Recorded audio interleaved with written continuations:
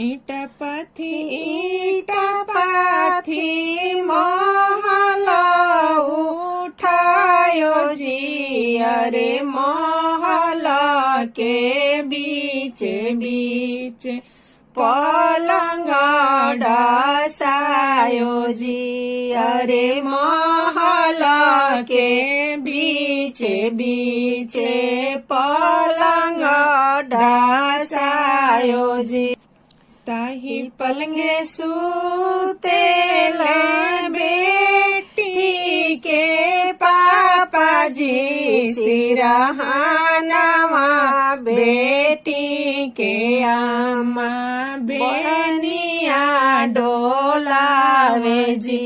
सिरहानवा बेटी के आमा बेनिया डोलावा जी।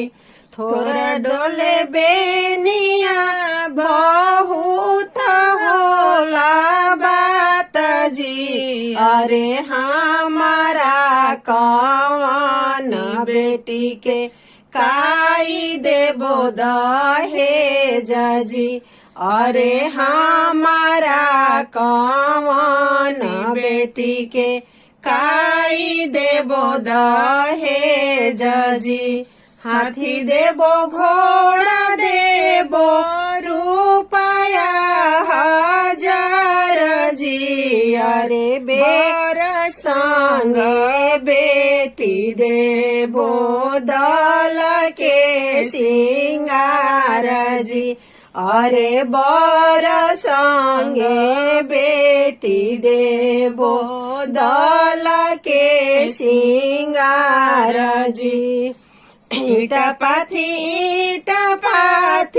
महल उठायो जी। अरे महल के बीच बीच पलंग डसायो जी। अरे महल के बीच बीच पलंग डसायो जी।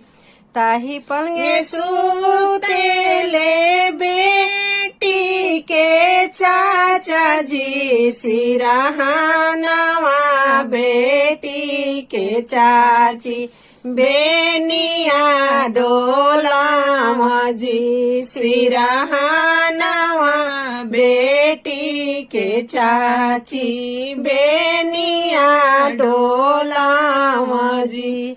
थोड़ा डोले बेनिया बहु